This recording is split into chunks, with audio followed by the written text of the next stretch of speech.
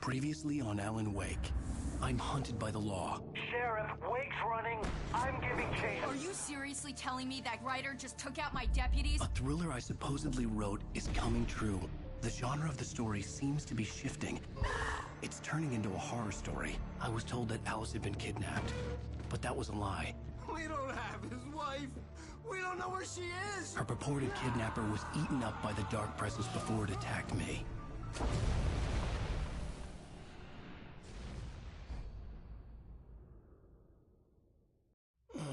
Alan, shh, baby. It was just a nightmare. Alice. There you go, Alan. Hartman. I fell. I had to give you a sedative. Don't fight it. You went through another rough period. What? Right now, it's very important that you stay calm. We don't want you to have another episode. You're a patient at my clinic. Have been for a while now. The shock of your wife's death triggered a mental illness. No, you're lying. You're suffering from various symptoms of undifferentiated schizophrenia. Bastard. It's okay, Alan. Just let go.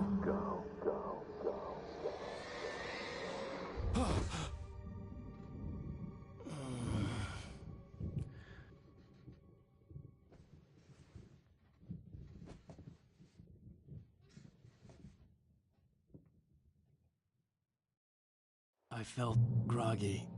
Whatever Hartman had bumped in me was making me numb. I felt like this was happening to someone else. Someone I was watching on television. I couldn't think. Couldn't focus.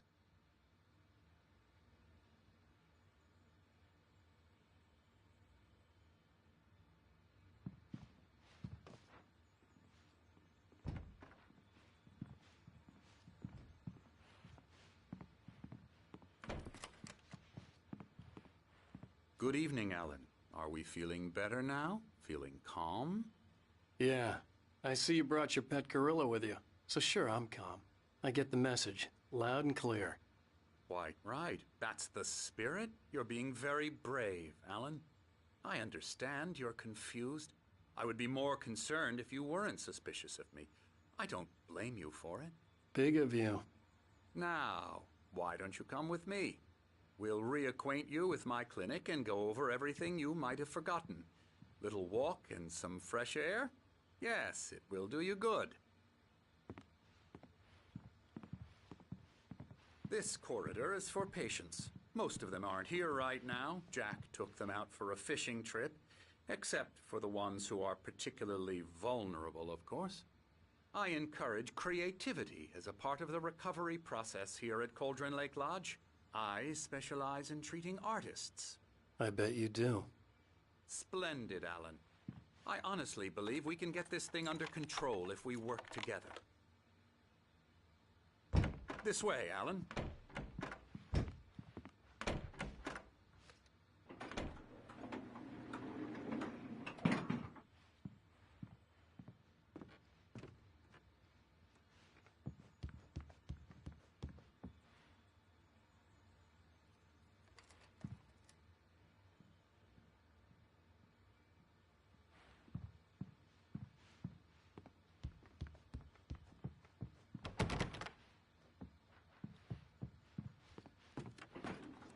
Now, Alan, from past experience with you, I know I need to get right into the heart of the matter as quickly as I can after an episode. So I'm just going to say this. Alice is dead. No. You're in a very vulnerable state until you understand and accept this. Alice drowned, and you couldn't face that. You're suffering from hallucinations, paranoid delusions, unusual thinking, an obsession about light and darkness, a feeling that everything revolves around you, your thoughts and dreams. Your mind has constructed an elaborate fantasy scenario in which your writings are affecting reality. She has been kidnapped, and supernatural forces of darkness are trying to stop you. We go this way, Alan. I wasn't ready for another shot, so I went along with it. He had to be lying. But under the influence of the drug he had given me, I had to fight not to believe his words. It's all in your head. You've been making it up. Apart from the tragic accident with your wife, no one has been killed. Your delusions are just a manifestation of your subconscious mind trying to protect you from the too painful truth. Unless we fight the fantasy, it will return. I know the instinct is to resist me, but think about it. Doesn't this make far more sense than the insane supernatural conspiracy you have concocted in your mind? You're a skeptic by nature, Alan. We both know this. Everything can be explained logically.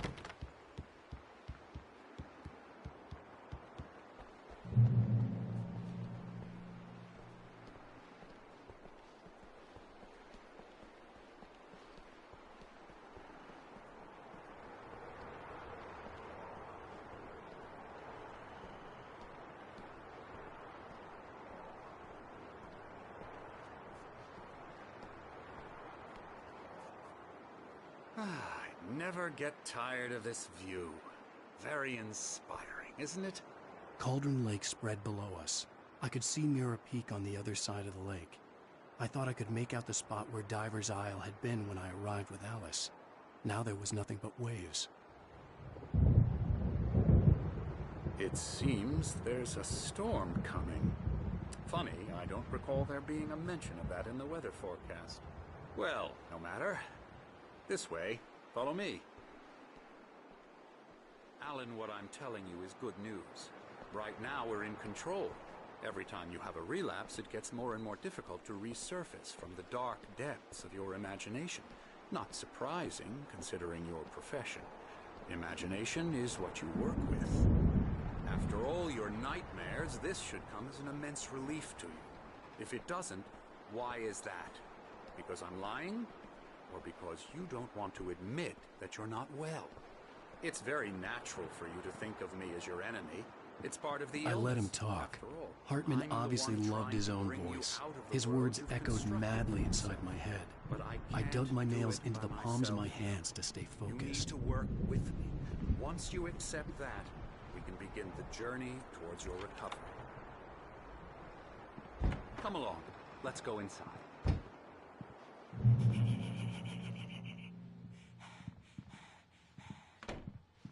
Now here's the entrance to the office wing. That's for staff only.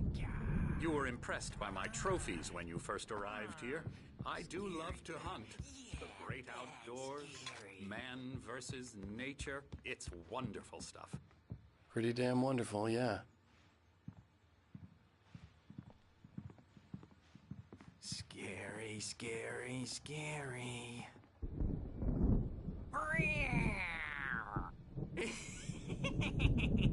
Emerson.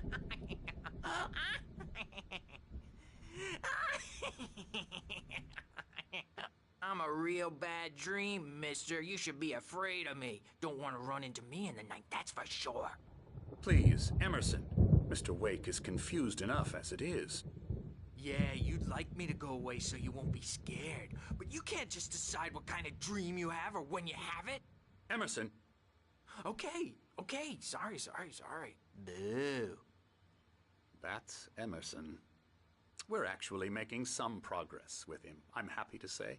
He works on Elbow video strike. games. Ooh, yeah. It's trash, of course, but it does I'll involve get him some to the head. small creative effort, which makes him receptive to my therapeutic methods. No kidding.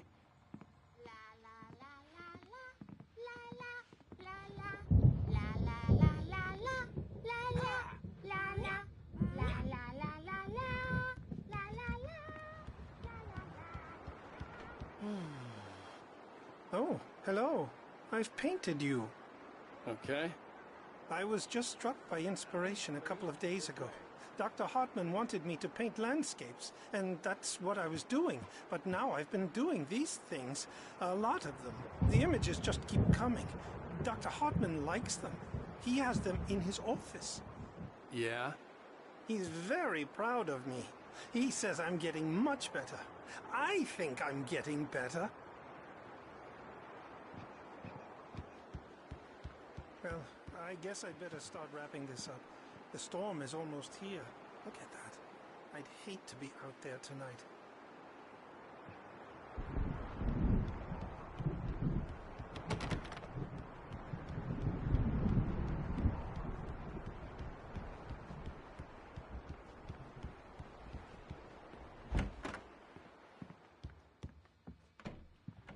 Now, you might have noticed the typewriter in your room.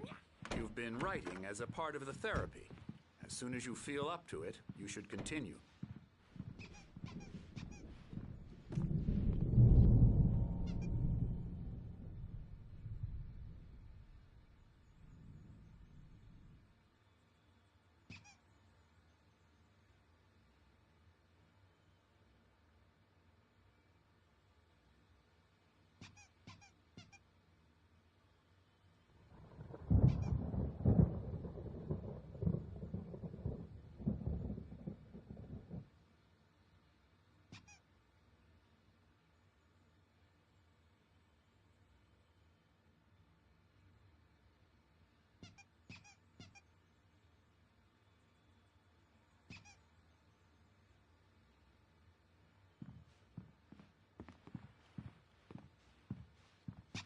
My rheumatism's killing me. There's a storm coming. Oh, what a storm. I hope it wipes this place off the face of the earth. And these two are the Anderson brothers, Odin and Thor. They had how should I put this? A heavy metal band in the 70s and 80s called Old Gods of Asgard. They even adopted new first names to complete the image of Viking gods. After the band broke up, they lived on a farm nearby. They are, well, in advanced stages of dementia. They're well cared for, TLC and all that. There's nothing more that can be done. I'm afraid that the rock and roll lifestyle has left its mark. Oh, that won't do. I'm so sorry to cut this short for now, Alan. The power has been acting up. I'd better go check on it. We'll continue this soon. Meanwhile, when you feel up to it, return to your room and try to write. It really is for the best. Don't you think? I'd like to bash his head in with a hammer. Oh, he'd love to fish out our secrets, but he has no clue. He's not crazy enough. Not crazy like us, Sonny. Yeah! Being crazy's a requirement, Sonny. Who else could understand the world when it's like this? It takes crazy to know crazy. That's the sanest thing I've heard in a while. Zane! You're all right, Tom. Hey, we like him, don't we, bro? He's got to go to the farm. The Anderson Farm. Valhalla! We wrote it all down, lest we forget. A crash course. All you need to know to get your head right. You need to find the message. Here, Sonny, here's something for you. Gave me a rash, but I kept it safe from these bastards. Zane could feel the poems, taking form, shaping things. As he experimented, he imagined he could almost feel the power surging through the keys of the typewriter. It exhilarated him. But there was fear, too. If not for his young assistant Emil, he would have given it up. But Emil convinced him otherwise. He too had a way with words.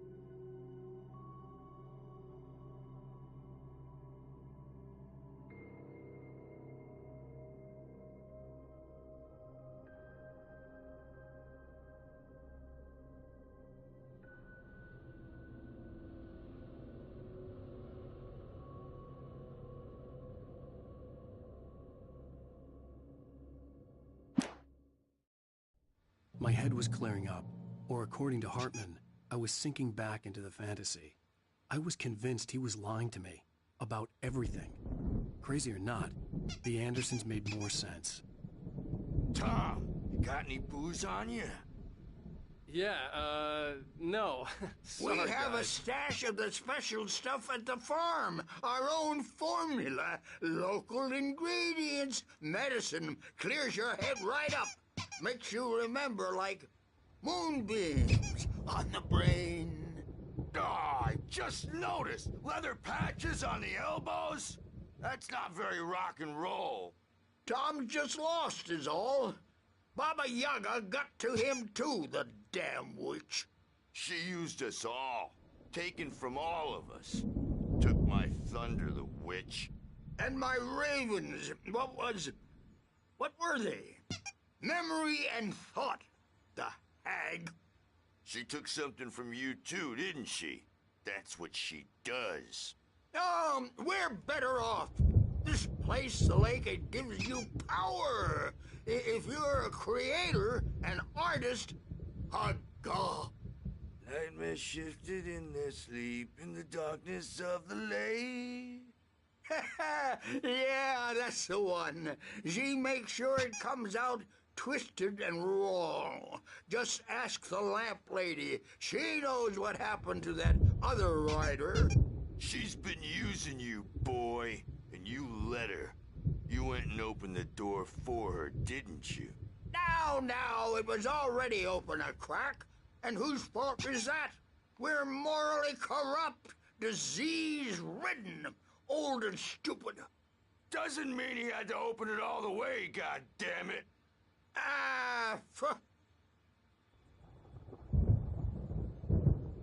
So tired. Built the farm close to the lake. A place of power. We had parties there, man. You should go there and have a party. That Bob Balders through the amp through the window. Hit that hippie chick in the back of the head. 15 stitches and a concussion. Bob's dead now. Leukemia. Stitches, snitches, and narcs, man. Bad scene. I'm tired, man. So tired.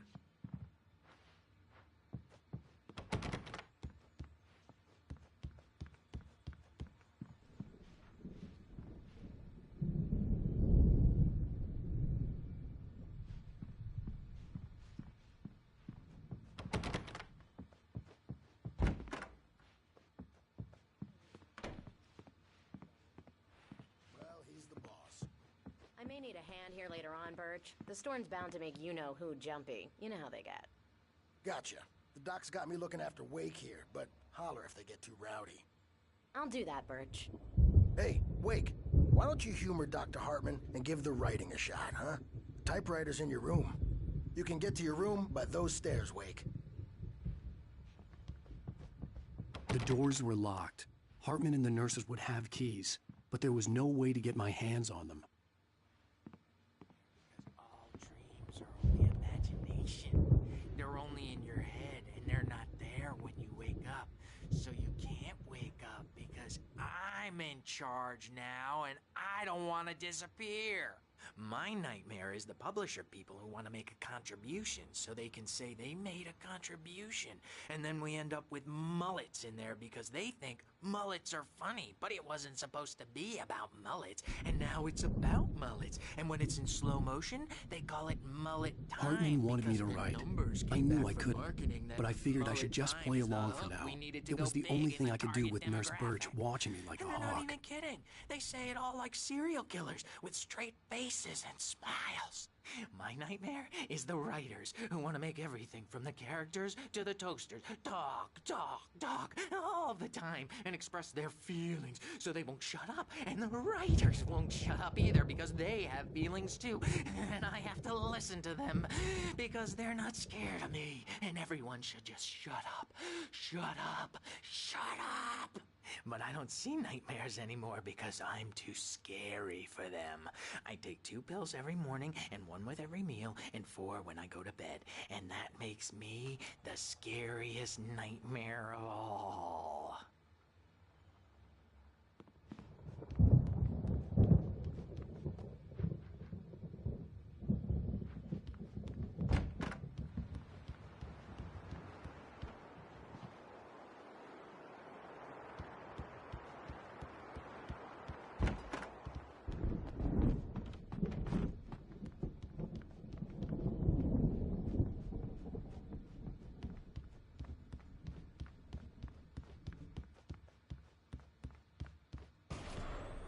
Something's wrong.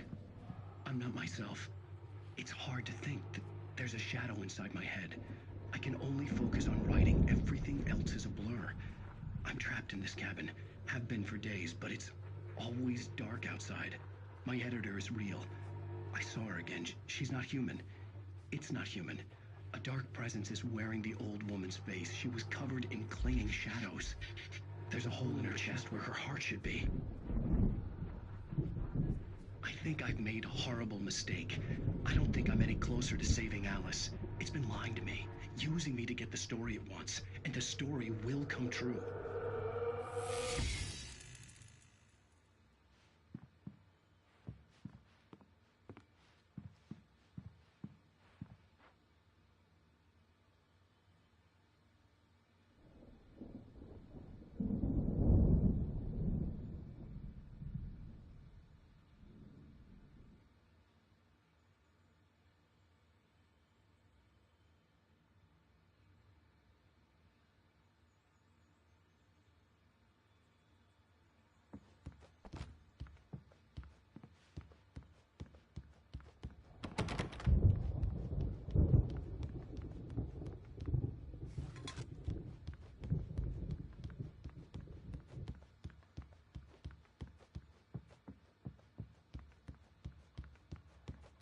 Hartman had mentioned that the power had been acting up.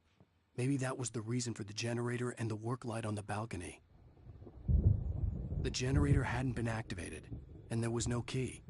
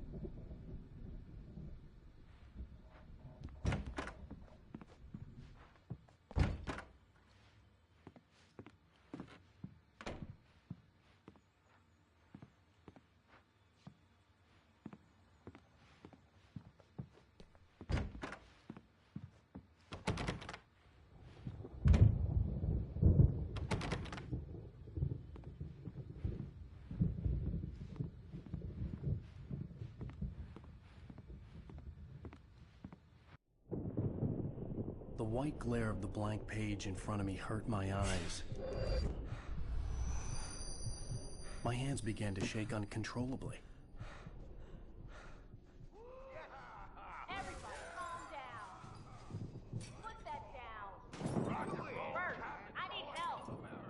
Hey, Wake, you stay here. I'm gonna go see what's up. You just keep doing what you're doing. Be cool, okay?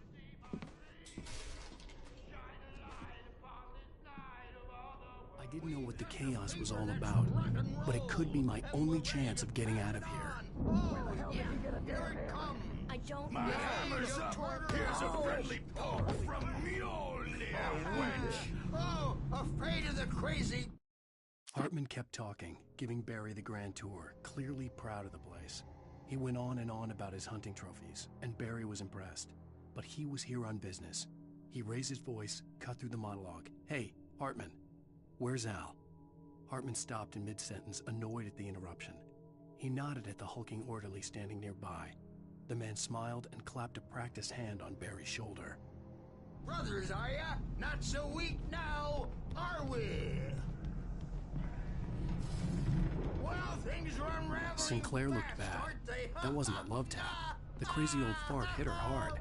And if she was one of Hartman's goons, she had it coming. I could get the key to the office room from Sinclair. Seize your destiny.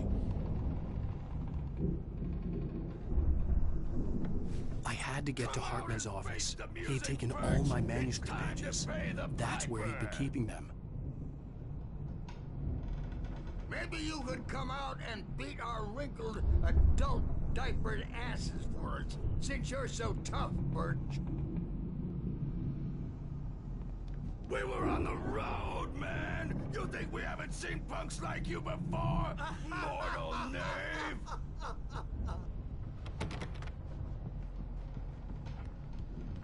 Yeah, you better hide, Birch. My wrath is right. He's probably kidding, Birch. He's got a great sense of humor. Just ask Sinclair.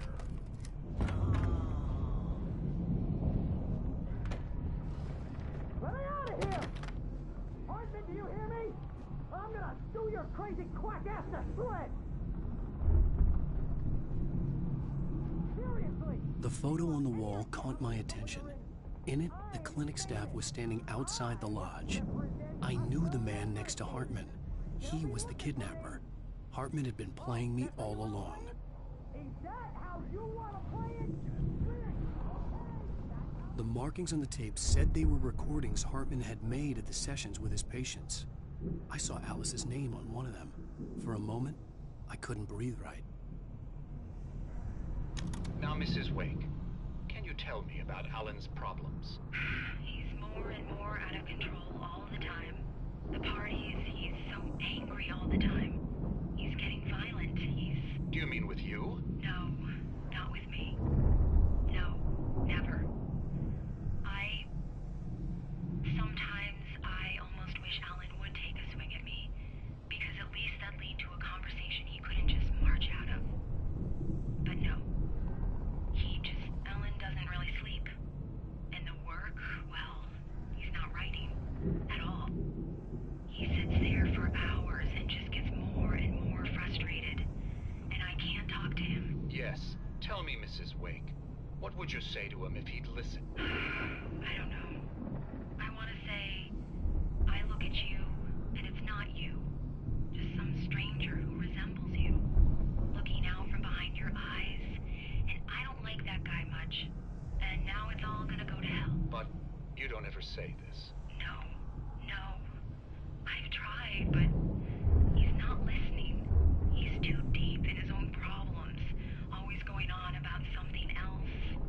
I'm so afraid I'm gonna lose him. And we're not even talking anymore. He doesn't let me in anymore. He just keeps me in the dark. I'm so alone here, even when he's home. Please help me, Doctor, because I'm at my wit's end. Well, if you can just get him here, I'll absolutely do my very best. Yeah, but Doctor, you need to be careful with him. He's not just going to listen to you and cooperate. He's the most stubborn man I've ever met. Well, I'll be sure to bear that in mind. Hearing her voice, what she was saying made me happy and sick and guilty all at once. Worst of all, I recognized the words. The phone call from her. It had been a cut-up of this. Just a recording. Rudolph Lane's case is interesting.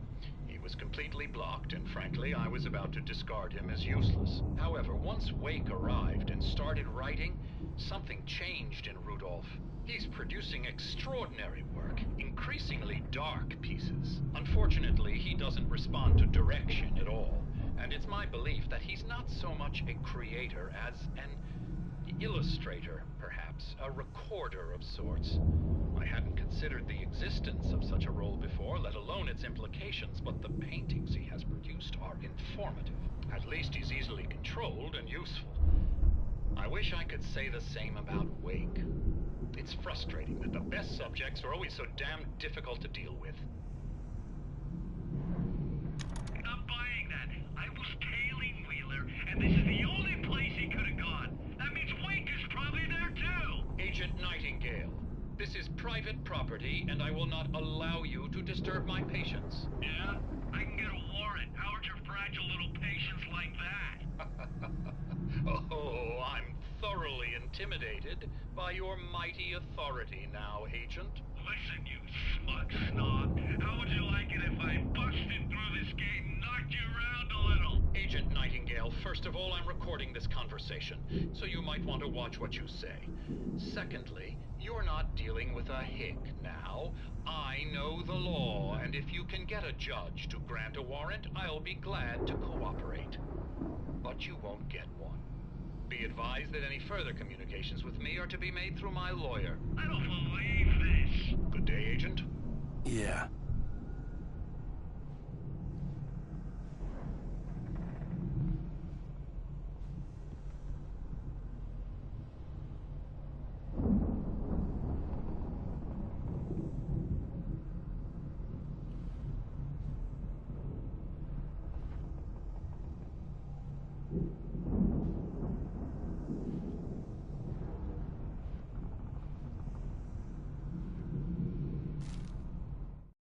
Hartman wasn't happy. Mott could see it in his eyes. He quickly lowered his own. He had made a mess of it, and he knew it. The shame of failure was hard to bear. He hadn't expected Wake to say he needed more time, and he blurted out 2 days, less than Wake had asked for to show him who was in charge. But that wasn't part of Hartman's plan.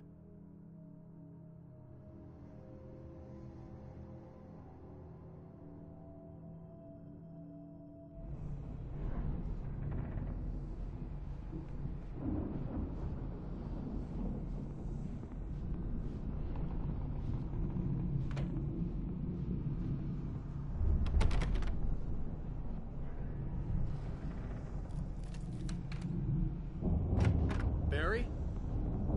Ow! About time! Barry, man, am I glad to see you. We need to get to Hartman's office. It's right next door. You okay? Yeah. I mean, no! The cops found me at Rose's trailer, but they didn't hassle me too much. I'm obviously a victim in this, and I demanded to be treated as such. Or else I'd sue their asses. Speaking of asses, that Fed gave me a real hard time, but I had no clue where you were. That guy's crazy, Al. But he let me go, and then I get a call from Hartman, that son of a bitch, who tells me you're here, and I should come pick you up, but when I got here, 2 goons clobbered me and stuck me in there. What's with the cutout? I stole it from the diner to piss off Rose after what she did to us. That'll teach her. Yeah, that's a harsh punishment. Come on, pal, we gotta get going.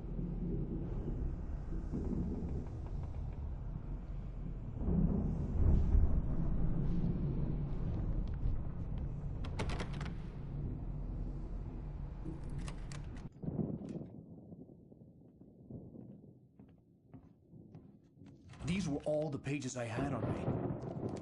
And more.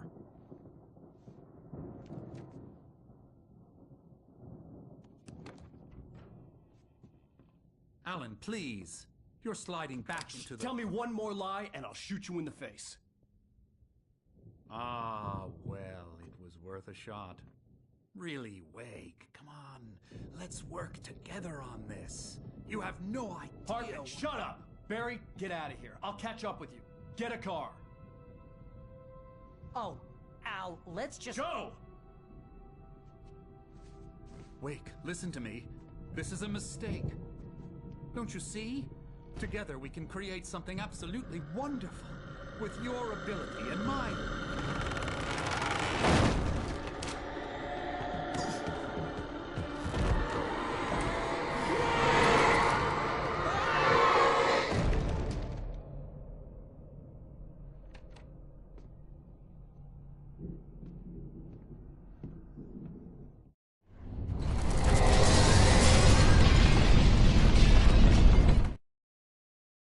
Hartman followed the fall of Alan Wake with his binoculars. When the rider hit the water, he ordered Jack to take the boat to him. The spot was easy to see in the dark, even with all the extra lights in the boat. The flare floated and kept burning even in the water. Jack turned the radio louder as the engine sputtered. The music was rough and clanking, something the Anderson brothers would no doubt have enjoyed. But Hartman chose to ignore it. Wake was finally within his reach.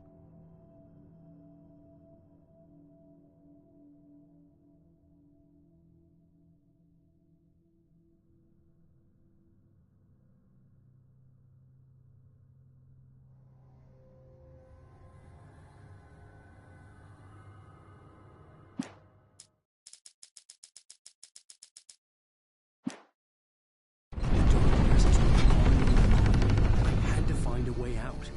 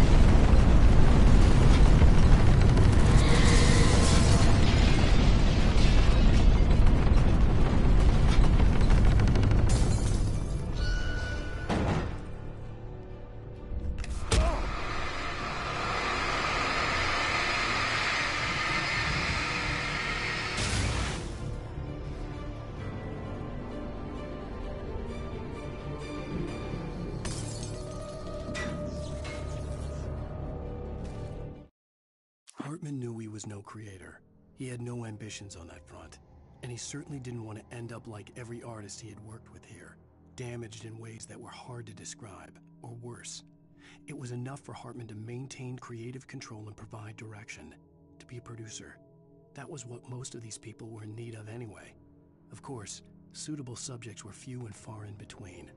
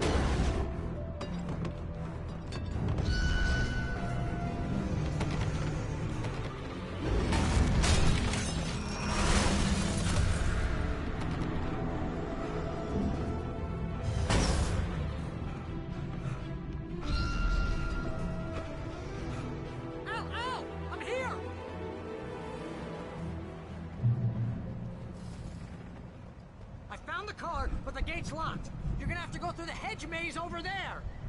Barry, I don't have a light. Take this, Al. Oh, God! Look at the house, Al! Look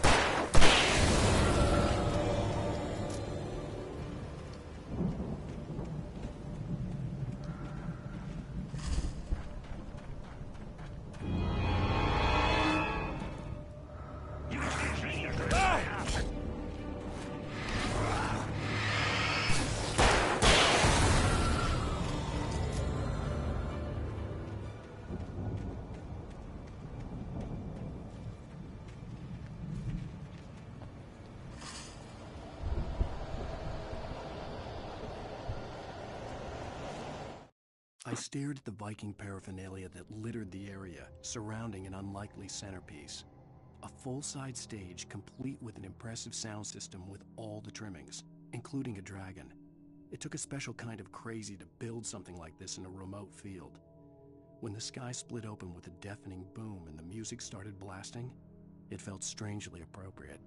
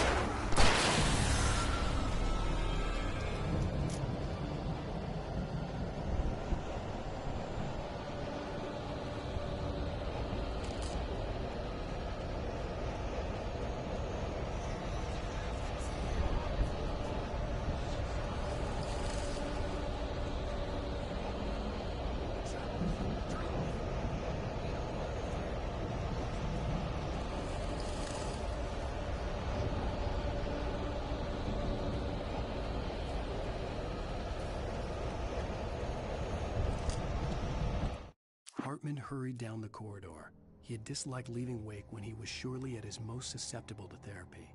But this was not an ordinary storm. Wake had been writing, and he had woken something up in the depths of the lake. Now, it was coming for him.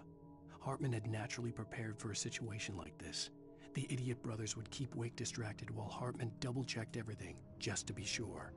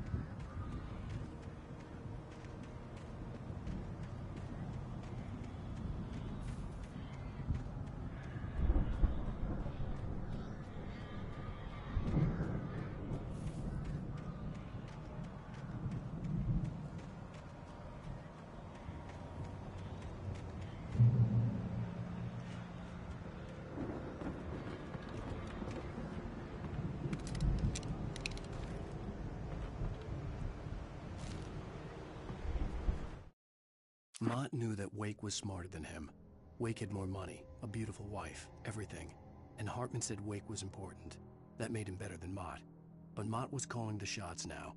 He'd expected Wake to whimper and grovel, but instead, he seemed willing to fight. Mott knew he'd gotten under Wake's skin. If only Mott actually had his wife. The thought made him shiver.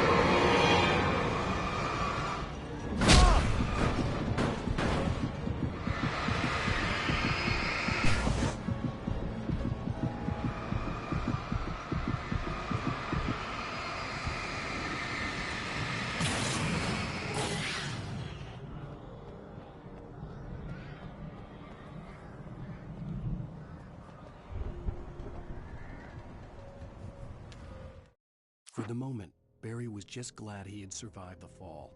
He had been separated from Al, and there was no easy way to climb back up. He told himself he'd be okay in the gloomy forest at night. He would just have to wait for a while for Al to find his way down. Barry turned when he heard the heavy footsteps and saw the movement. The man-shaped shadow lunged at him from the bushes, an axe held high. Barry screamed and threw up his hand. The world exploded.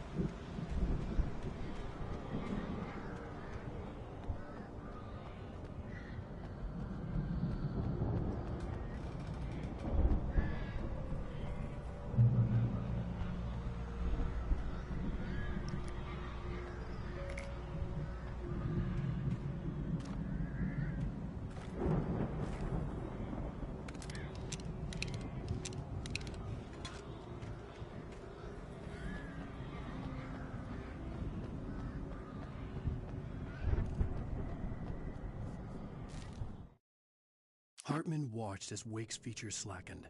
The man was bullheaded, no doubt. Even lying on the bed, he'd almost broken Hartman's nose the second time. But with a little time, he could break Wake down, give him proper direction. Wake was easily the most promising subject he had had. Well, since Tom, really.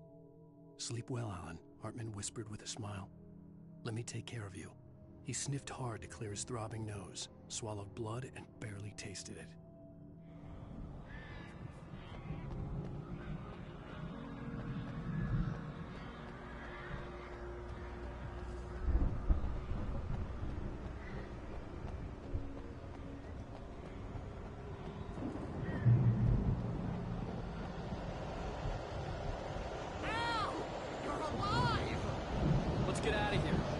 open this gate? Maybe. Barry. Well, I slammed it shut when the Nasty showed up, and the key fits kind of loose in the lock, so, Barry! I'll find it, don't worry about it!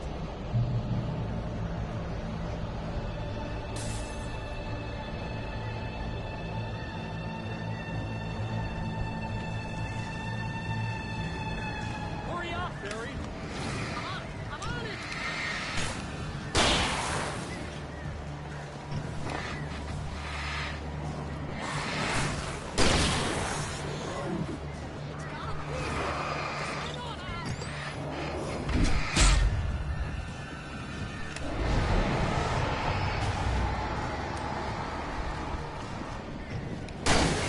Hey, found a corner!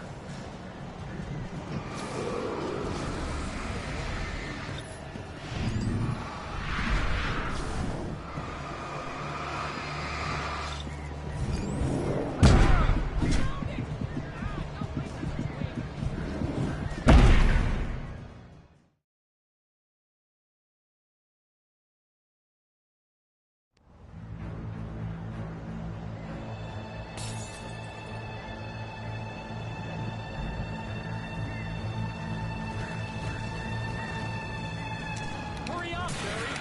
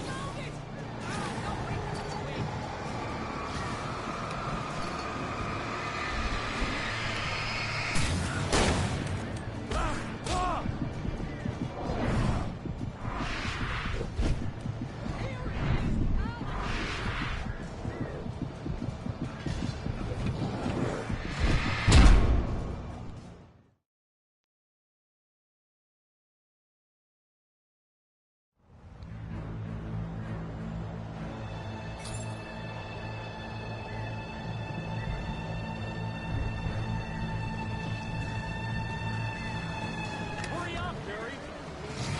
I'm on it!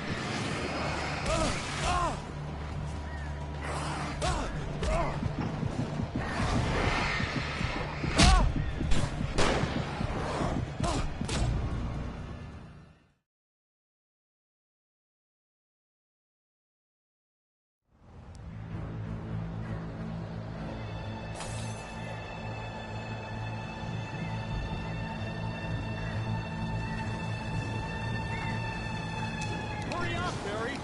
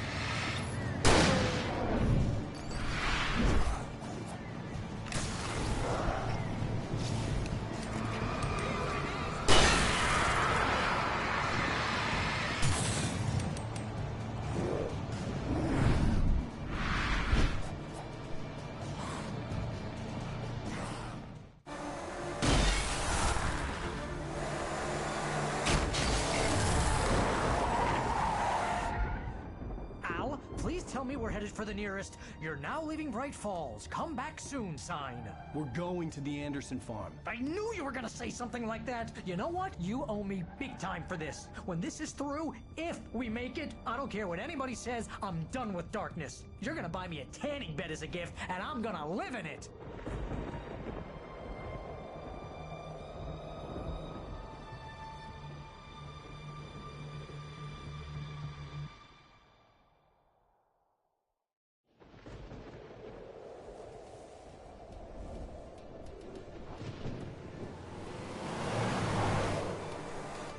I'm crazy, but that's fine, Barry.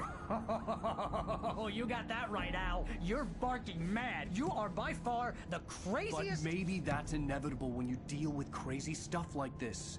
It helps.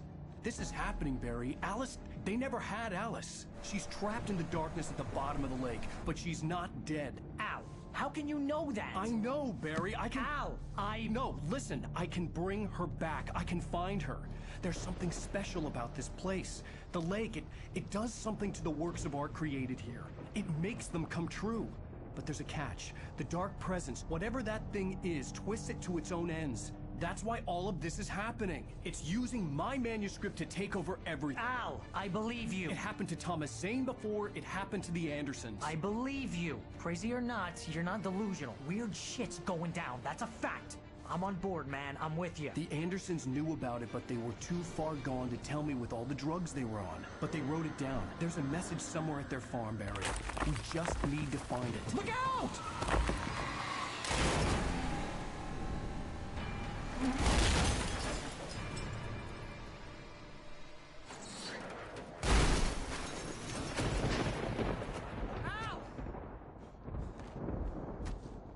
God damn it, Al, talk to me!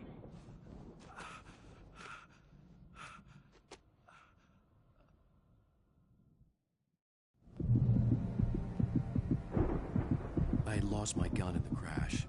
Barry was nowhere to be seen.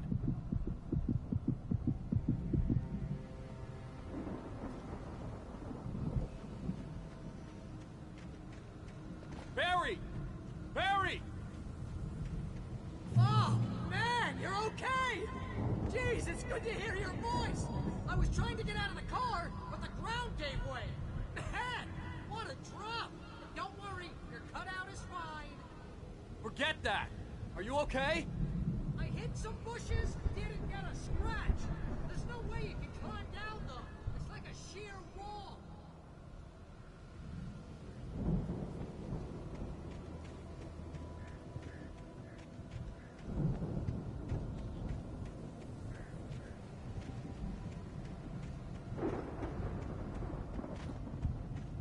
Ah!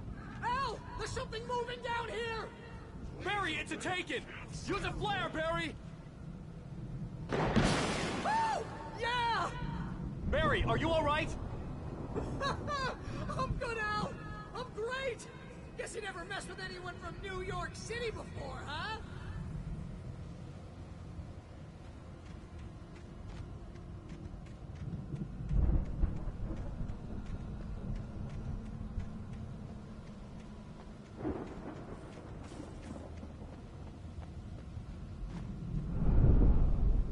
You're gonna have to find your way around to the farm, Al! I'll be waiting! Barry, just wait for me, okay? Al! I'm not staying here! It's suicide! I'm going to the farm! I'm gonna go ahead and secure the area. You can catch up! Don't worry about it! I'm on the case! Now he's a Rambo. This would turn into a disaster if I didn't catch up with Barry.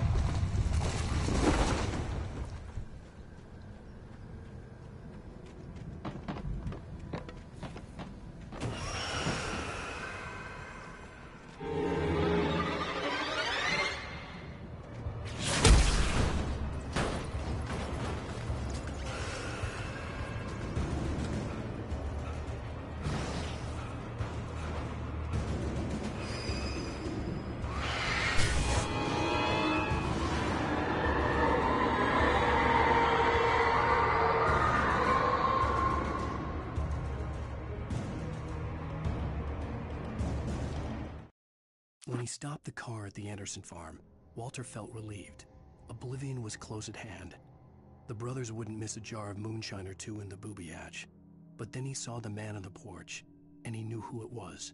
Driving for his life and knowing it was useless, he didn't realize he was crying until he couldn't see the road for the tears.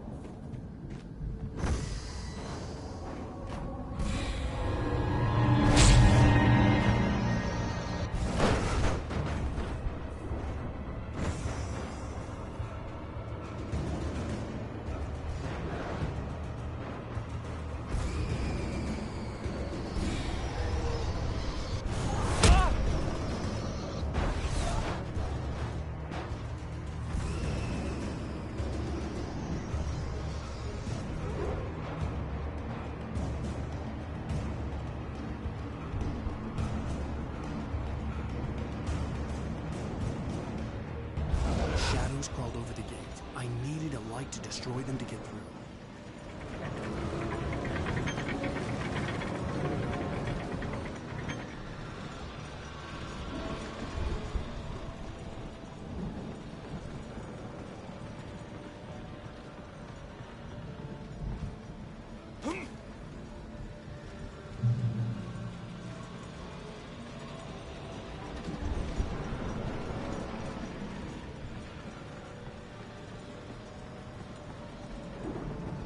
I hoped there'd still be a working generator somewhere around here to power up the old lights by the gate. Agent Nightingale stared at the passed-out rider. The man was sleeping off one hell of a night. Nightingale felt a stab of envy at Wake's oblivion, but he had a job to do. He put the gun to Wake's head and almost became a murderer. His hand shook and his throat felt tight and dry. Biting his teeth, he tried again to pull the trigger. He lost the nerve. Wake stirred.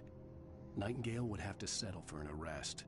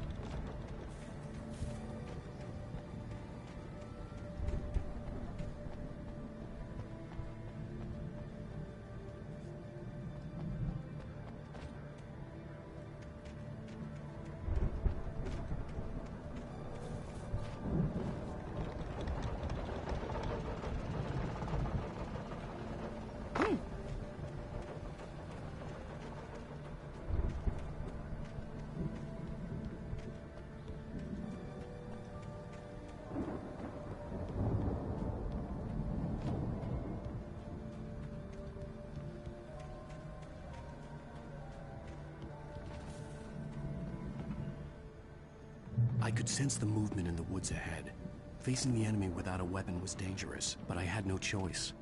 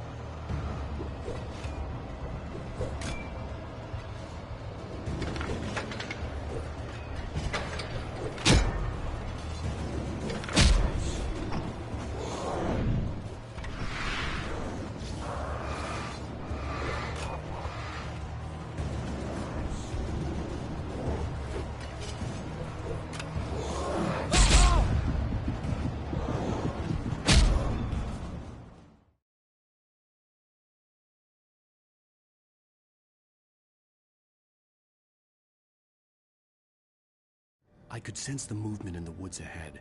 Facing the enemy without a weapon was dangerous, but I had no choice.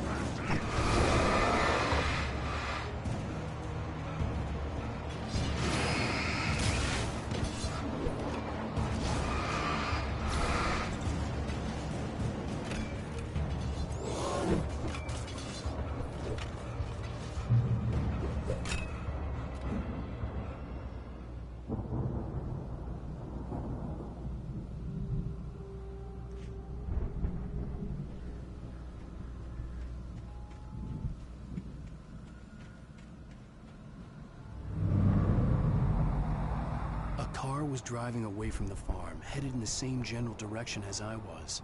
For all I knew, it was Barry, caught in the consequences of leaping before looking.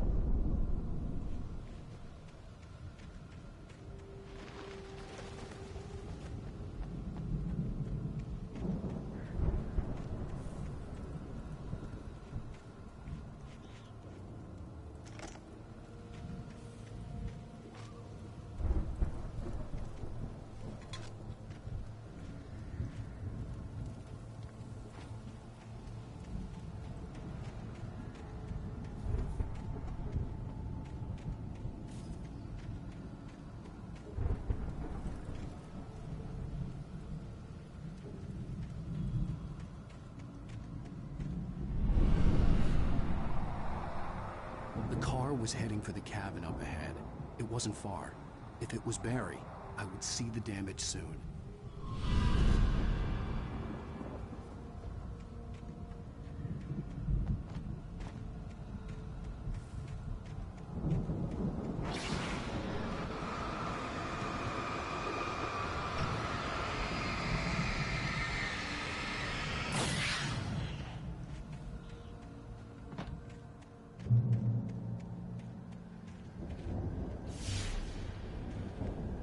I'm trying to deliver each page to the right time and place. I'm trying to show you how the story goes. I had seen glimpses of the light before. I had seen it in my dream. It was a strange spaceman or a diver in a bulky suit.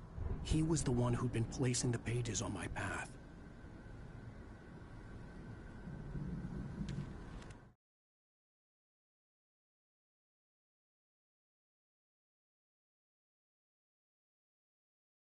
The dark presence followed the choreography laid out to it in the manuscript, growing stronger and stronger, moving like a storm from one scene of destruction to the next. But it was still bound to follow the story and chain to the dark place it came from. When the story reached the end it longed for, it would finally be free.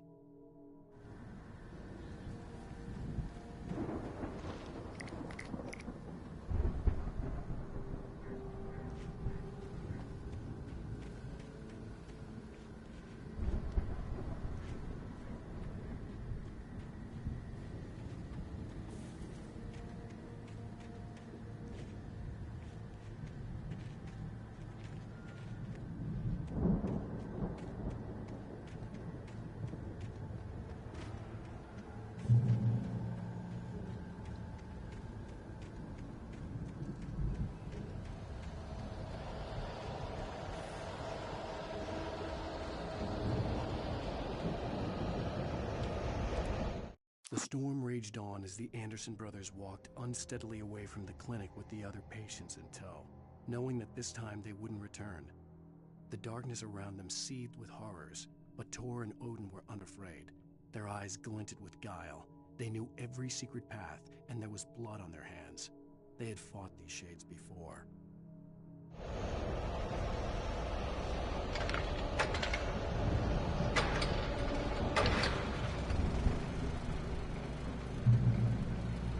Someone had left a gun behind. Now I had a fighting chance of reaching the farm.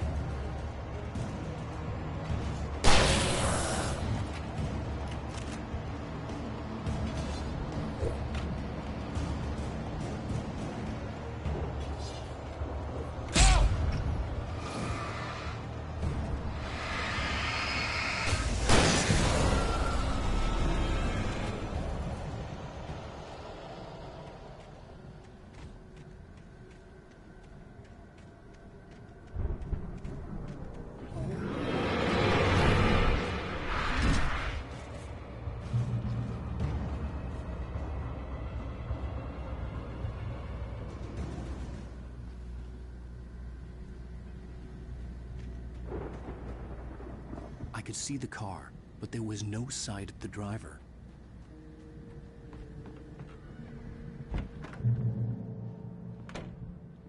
Hello? Anybody here? Barry! No! Danny, you're not! Please! What are you?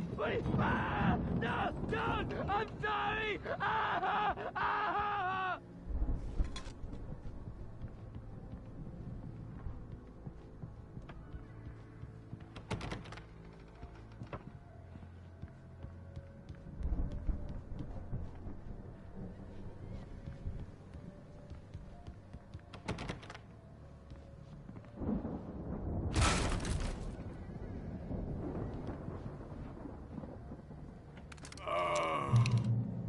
I know you. You were in jail the other day. I went to the farm again for the moonshine, you know? It makes you see. They're not gonna miss it. They're in the loony bin. But my buddy, Danny, I lost him. Something's gone wrong with him. It's not him. Like a real bad follow-up to a real good movie. The best friend's suddenly the bad guy. Who wrote this crap anyway?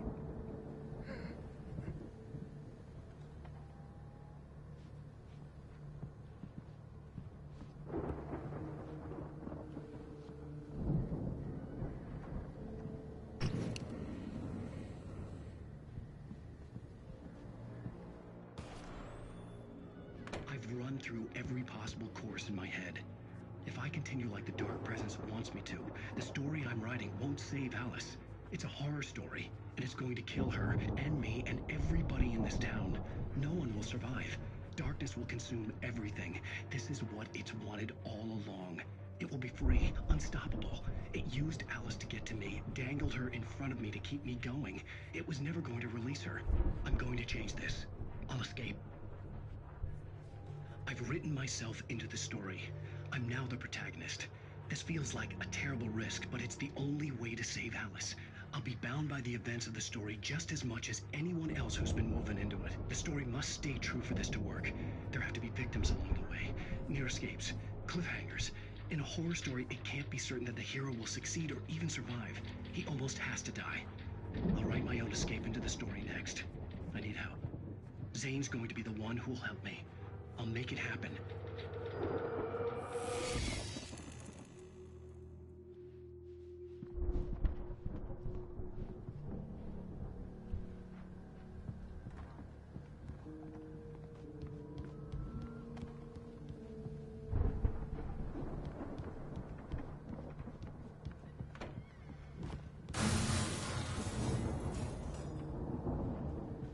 Animals aren't pets.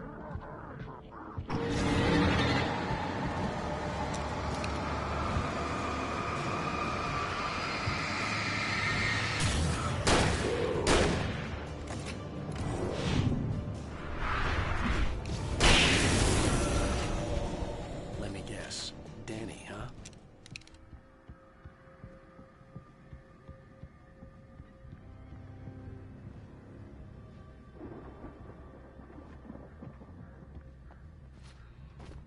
The farm was still a good distance away. I'd need a car to get there fast.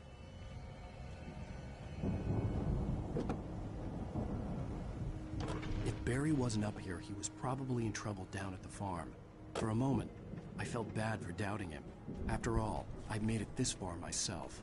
But Barry was Barry.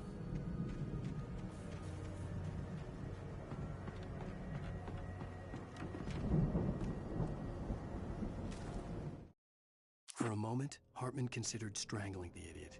Mott was mean-spirited, but easily manipulated. An emotional infant who lived for his approval. Wake, by contrast, was a far more difficult subject. Mott had given him too much leash. In 2 days, who knew what could happen? Hartman would have to find a way to rein him in, and quickly.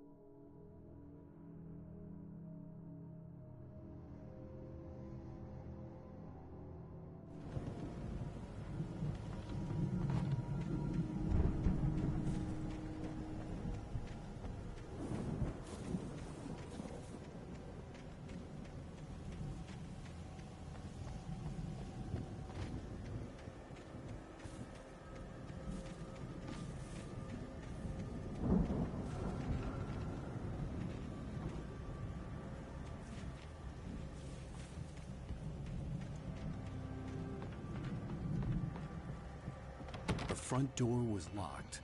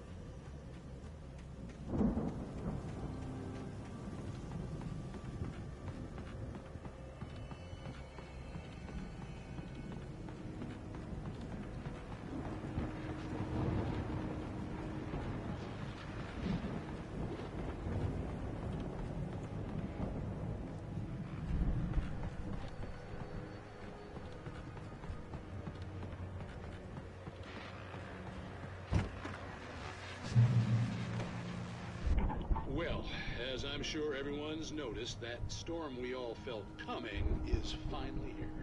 The boys at the Weather Service reckon it'll last until morning, at the very least. Pertaining to that, let me read that missing persons alert again. The Sheriff's Department's still looking for a Caucasian woman, 30 years old, slim and blonde with blue eyes. She may be lost in the woods, and it's possible she's been injured in a car accident.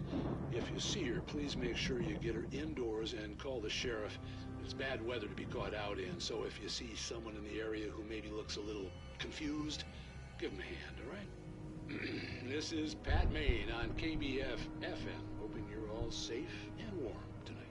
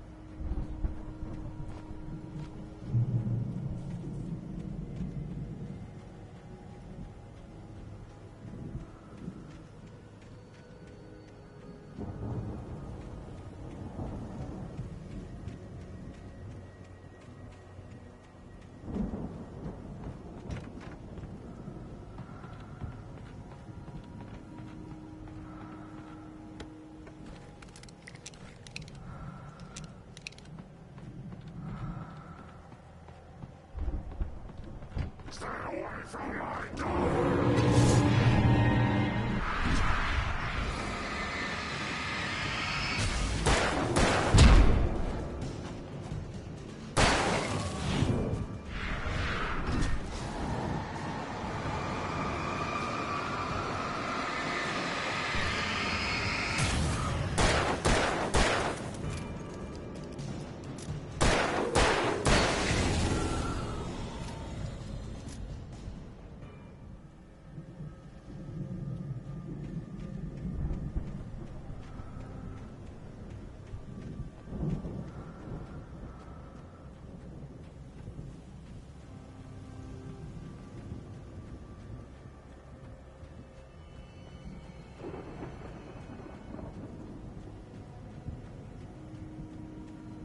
I'd known the brothers used to be some kind of rock stars, but it hadn't really sunk in until I saw the stage.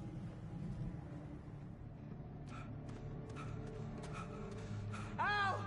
Run! Incoming! There's too many of them!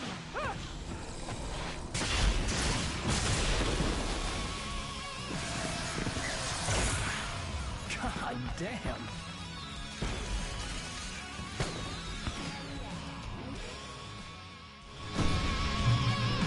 So glad you decided to go it alone, Mr. Johnson. Shut up and shoot! Ow! We have to fight them off! I can set off more of the fireworks from here and help you out! Hey, ow!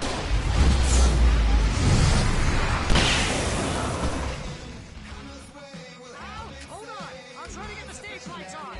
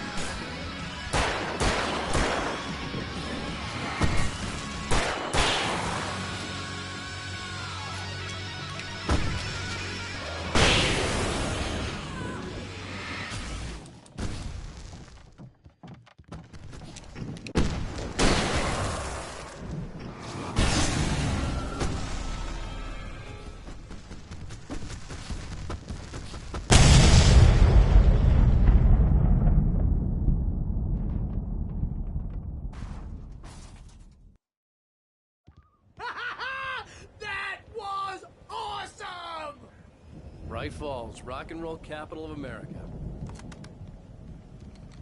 Hey, Al! This way to the farm!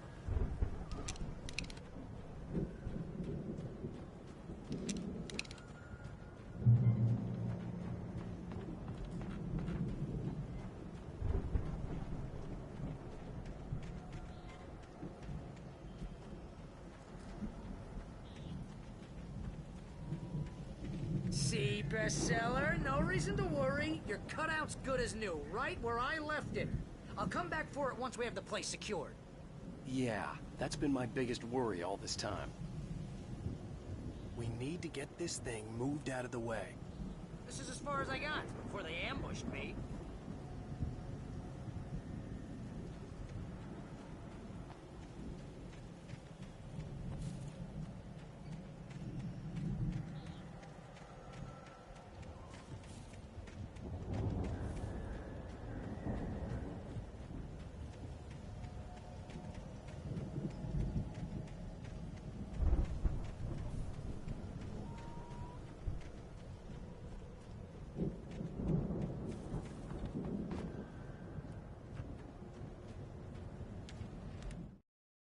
As the deputies hauled Wake and Wheeler away, Agent Nightingale eagerly examined the stack of papers Wake had been carrying.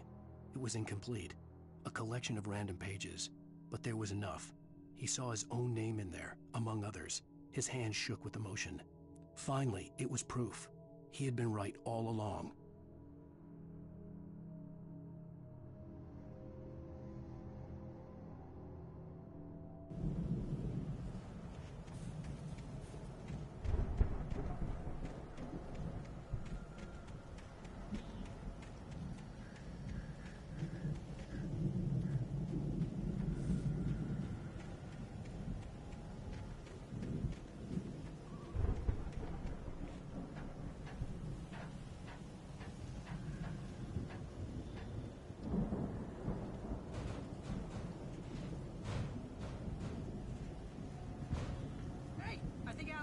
Here has something to say. What's that, Al? Ooh, I'm Alan Wake. I'm always right about everything. And if I don't get my way, I'll sulk all day long. I'm always intense and moody. It makes me very attractive and mysterious. Right now, I'm just standing here because I need my best friend Barry to carry me. But that's okay. I can just take him for granted. I think I see what you did there. Was pretty good. You want me to do my imitation of Barry Wheeler? No? Thought so.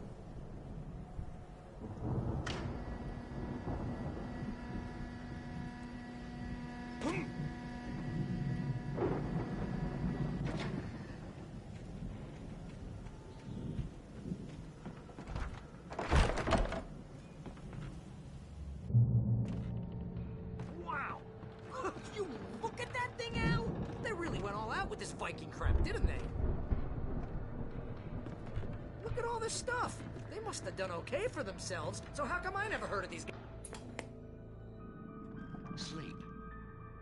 We all spend Oh, 30 Night dreams in Springs. soft Man, embrace, brings somewhere back between memories. fantasy Hey, and remember when I belief. got you that gig? Your first Dreams real are writing made job. What got you 50% started? of life. Was this one of your episodes? Vice versa. In Night Springs. Tonight's episode. The Dream of Dreams. That's by someone else. We join Mr. Jones as he explores the endless dreamscape, only to be brought to a sudden stop by a decidedly mundane situation. A long line of people. Hey, Jones, right? Listen, we're gonna have to wait until His Highness over there is good and ready. Oh, wow. Who's that? You don't know him? What are you, new? He's the guy dreaming us. Well, not just us. He dreams everything. All of this. But wait, no. I'm the one who's dreaming. I'm asleep. Isn't this my dream? Oh, yeah. Sure. Get real, pal. You're just another dream. I'm a dream. You're a dream. The weirdo in the diving suit is a dream. And the girl made of smiles and sunshine is definitely a dream. But I'm pretty sure I'm dreaming this. Well, maybe you're a really confused dream. What am I, a shrink? All I know is I'm going with the smart guys, and they say that's the guy doing the dreaming. Right there. I don't know what that means. It means we keep him happy. No sudden falls. We make sure he has his clothes on when he goes out in public. No chases where the monster is nipping at his heels and he runs like crazy, but his legs don't seem to get him anywhere. None of that. Because if he wakes up in a cold sweat... Yeah, precisely. So we wait till he wants to move on. Keep things nice and calm. Hey, something's happening here. Yeah? What's that? What? Can't you hear that? Oh, God help us, it's an alarm clock.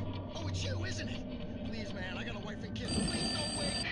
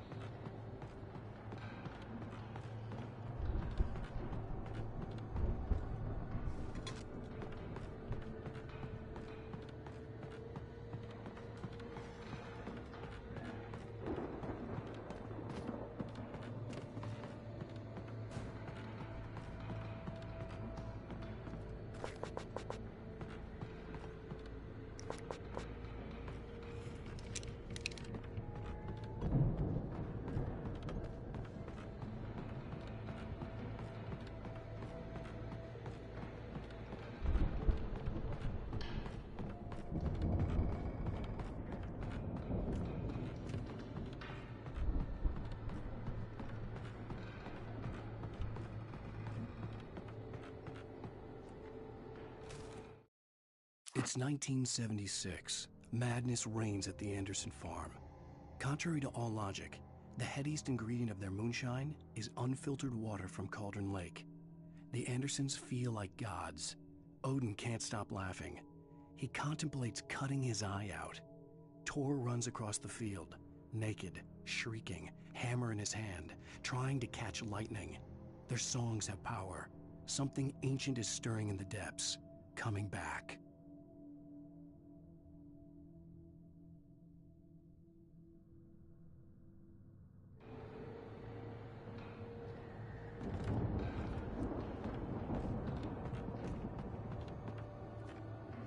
The Viking boat looked imposing, almost like a battering ram.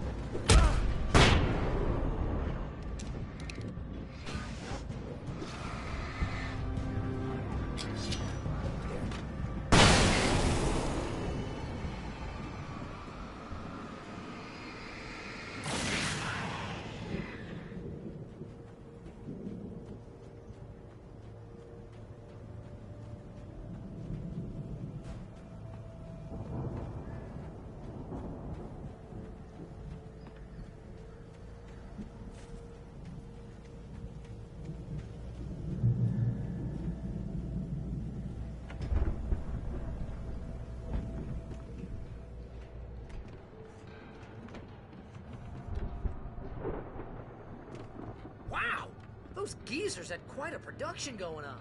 Ooh, you know what, Al? If we make it through this alive, I'm gonna start representing them. Yep, sell this stuff online, maybe get a reality show going, release a new single. Good luck with that, pal. Hey, you find us a way out of here, okay? I'm gonna take a closer look at this stuff.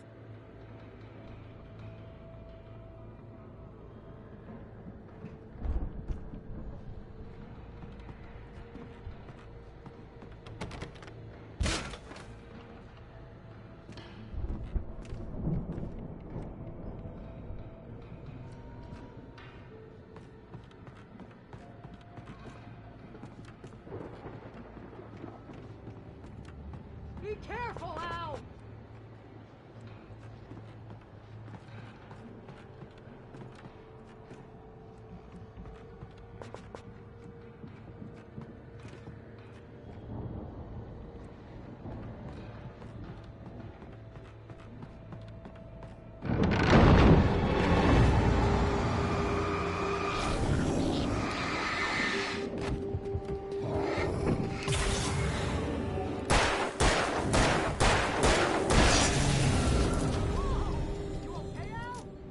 I'm good. Keep your eyes open, okay?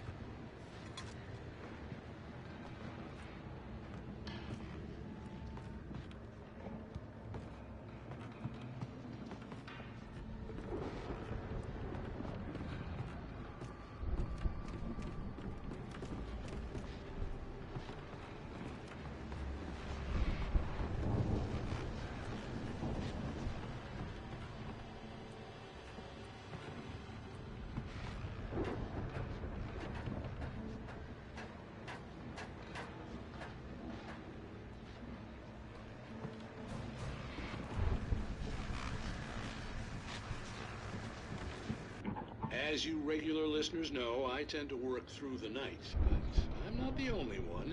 Deputies Mulligan and Thornton are taking a couple of moments off their busy schedule to join me here in the studio. Boys, how busy are you now? Deerfest is almost here, isn't it? I bet that keeps you in business.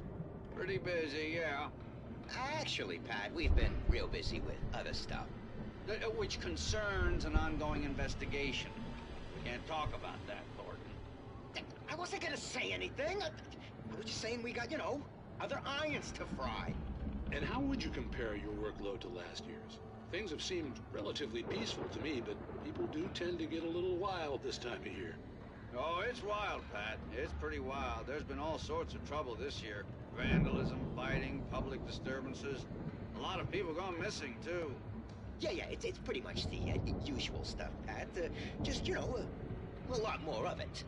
Now, is it just me, or does Deerfest get wilder every year? People seem to be more drunk, at least, or they start earlier and younger. Oh, it's definitely not just you, Pat, but... Definitely, Pat. Hey, I'm talking here, Thornton. Oh, shoot, I lost my train of thought. Not just me. Oh, yeah, it's wilder, Pat, but actually most of the trouble seems to be coming from grown men. People who ought to know better, Kids are doing fine this year. Well, that's nice to hear at least. Boys, I want to thank you for stopping by. I'll let you get back to your patrol. Sure thing, Pat. Yeah, sure thing, Pat.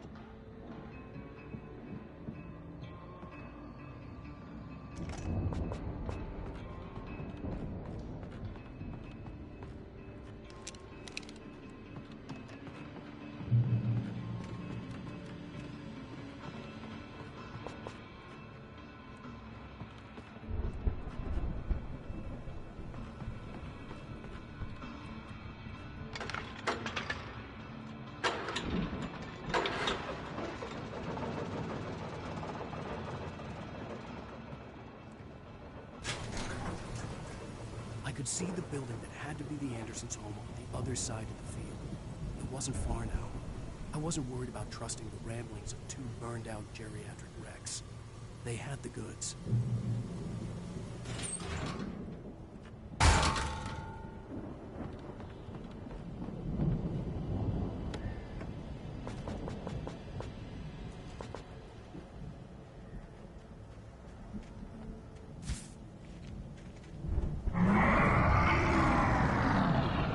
You've got to be kidding me.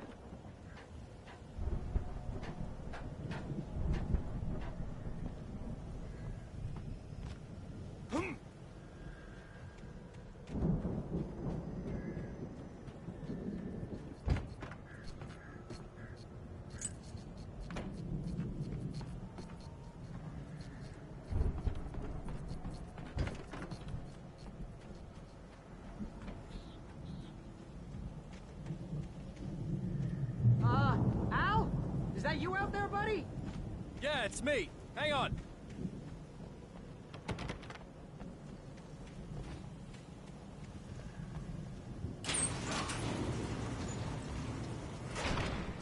Hey, let's go, man.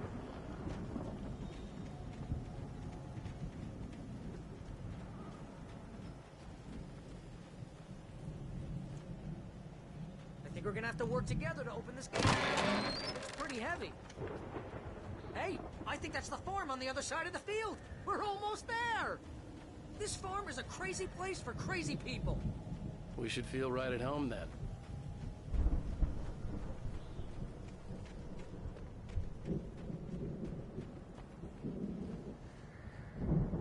Come on, one more gate. This thing.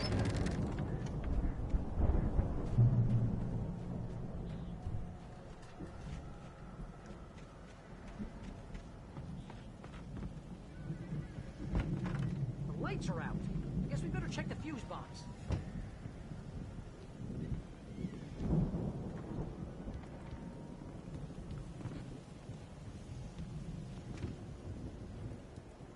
The power downstairs was out, but I was sure I could fix that at the fuse box. The power downstairs was out, but I was sure I could fix that at the fuse box.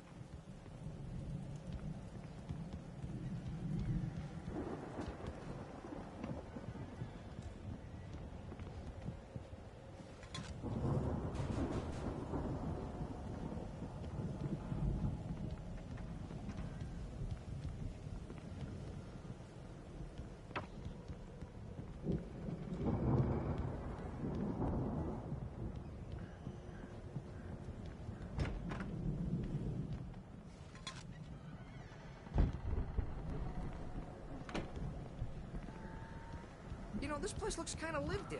I thought the Andersons were in the booby hatch. Yeah, I don't think they keep too close an eye on them at the Come club. on, Al, They let's seem get to the slip lights on, away a huh? lot so they can get wasted. No kidding. Those guys sound awesome.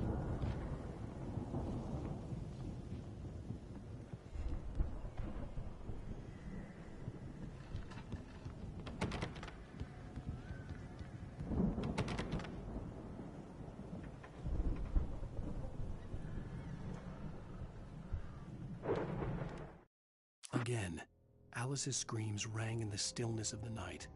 I saw myself run toward the cabin, flashlight in my hand. I followed my past self. I was an out-of-body observer, a time traveler in a crazy drunken dream.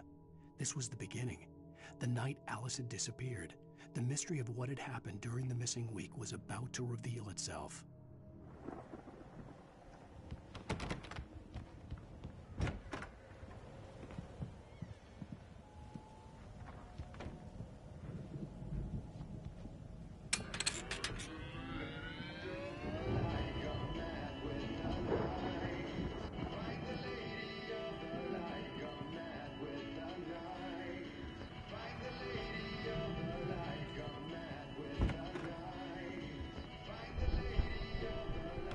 Can you hear that, Al? Music? Of course, we need to find where it's coming from. That's the message the Andersons talked about. That's the whole reason we're here. Lady of the Light? Oh, that's gotta be what's-her-face, the crazy lamp lady from the town. Cynthia Weaver. Right. Must be.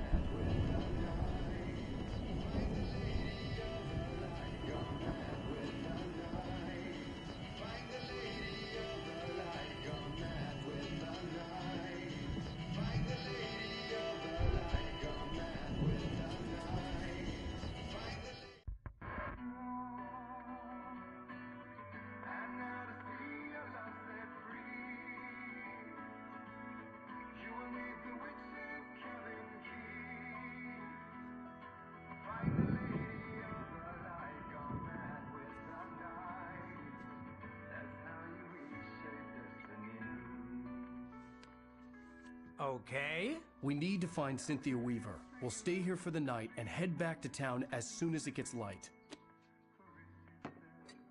Hey, Al. Lots of hours before dawn. Might as well get some rest. And by rest, I mean drunk. Come on, Barry, this is... Yeah, what the hell?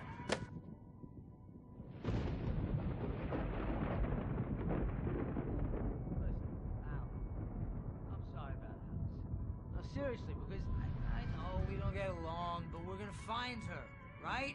And even though you're a crazy bastard, I'm gonna stick by you, no matter what, ever, Al. Sure, you're like a brother. I'm a writer, goddammit. Correct. If I just wanted to, I could write 10 books a year. And they'd be the best books that year. No, you couldn't. That's right, I couldn't. But I could, because I'm a writer. What? What do they put in this stuff? I feel like my brain is coming out of my nose. I'm gonna get the recipe off those coots and be a booze millionaire. I just miss her, Barry. I just want her here with me. I know, Al. I know. It's gonna be okay. We're gonna make it okay.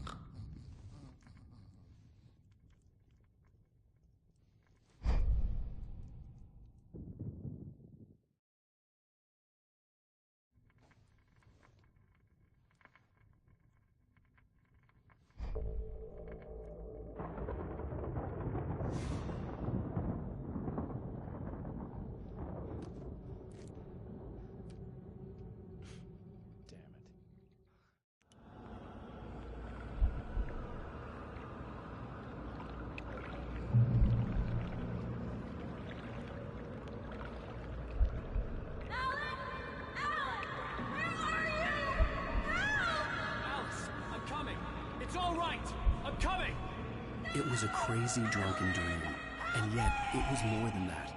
It was the truth, a suppressed memory unearthed by the Andersons' moonshine. I was there, an out-of-body observer. This was the night Alice and I had arrived at Bright Falls, the night Alice had disappeared. I had a chance to find out what had happened. I remembered being surprised to see the cabin dark. Alice would have never turned the lights off.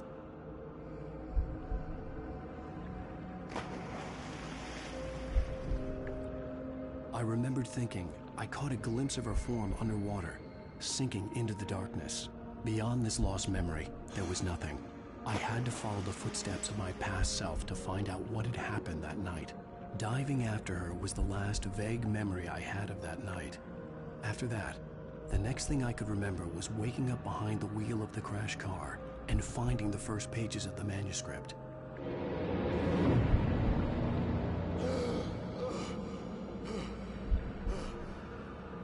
I couldn't find her in all that blackness. I must have thought she drowned.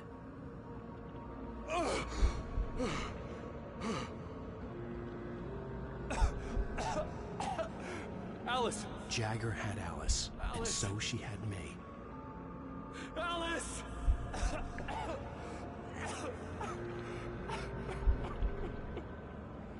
I'd been easy prey. Look at the cabin. Is there someone in the window? Alice? Maybe she didn't drown after all. Maybe she's inside. Alice! Yes.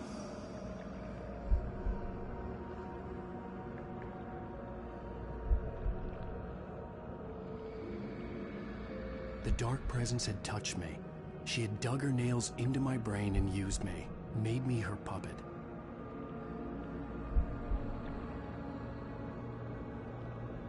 She must be here somewhere. Maybe upstairs in the study. Alice! Yes, that's where she is.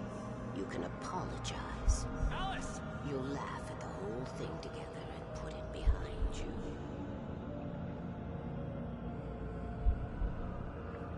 Alice? She's not here. You were foolish to think so. No, she's dead. She drowned. No, no, no! It's your fault your wife is dead. You are guilty. All she wanted was to help you right. You killed her. Oh, hush. There's still hope. Cauldron Lake is a special place. Here, you have the power to change things. She wanted you to write. I will tell you what to do.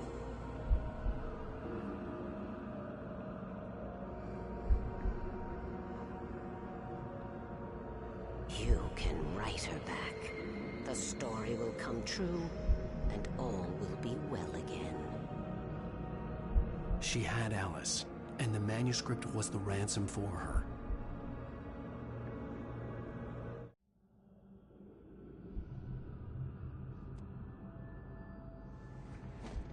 Yes. All right. I'll fix it. I'll bring her back.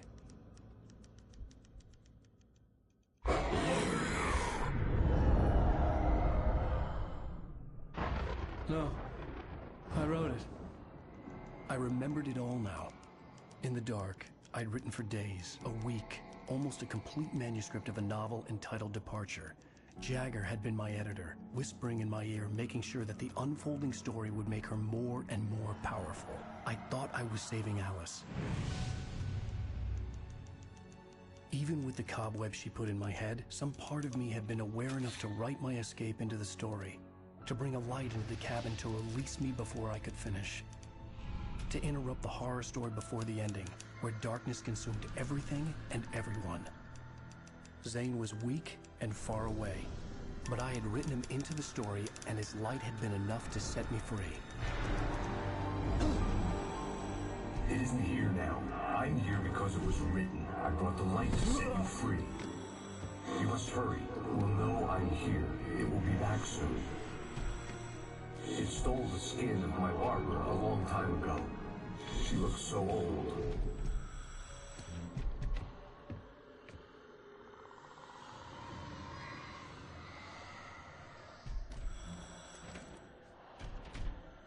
I'd woken up, confused and groggy, my mind consumed by darkness and fear. All I could do was to escape.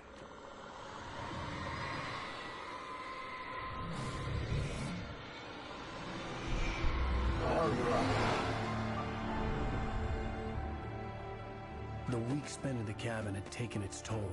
I was barely conscious, and fading fast. It had to have cost Zane terribly, thrown him even deeper into whatever dark place he now haunted. But he had managed to weaken the dark presence, kept me safe that night.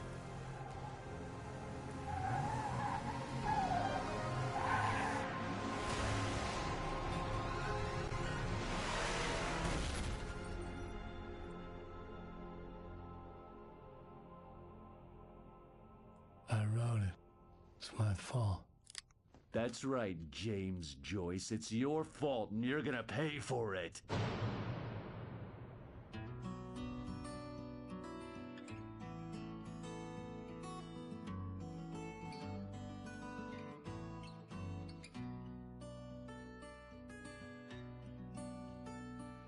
There's an altar road with mystery of Tom the poet and his muse, and a magic lake which gave a life to the words the poet used. Now the muse she was his happiness, and he rhymed about her grace, and told the stories of treasures deep beneath the blackened waves. Till in the stillness of wonder, and still in its mystic crown, the muse she went down to the lake, and in the waves she drowned. And now to see your love set free, you will need the witch's cabin key. Find the lady of the light, gone mad with the night. That's how you reshape destiny. The poet came down to the lake to call out to his dear. When there was no answer, he was overcome with fear. He searched in vain for his treasure lost, and too soon the night would fall.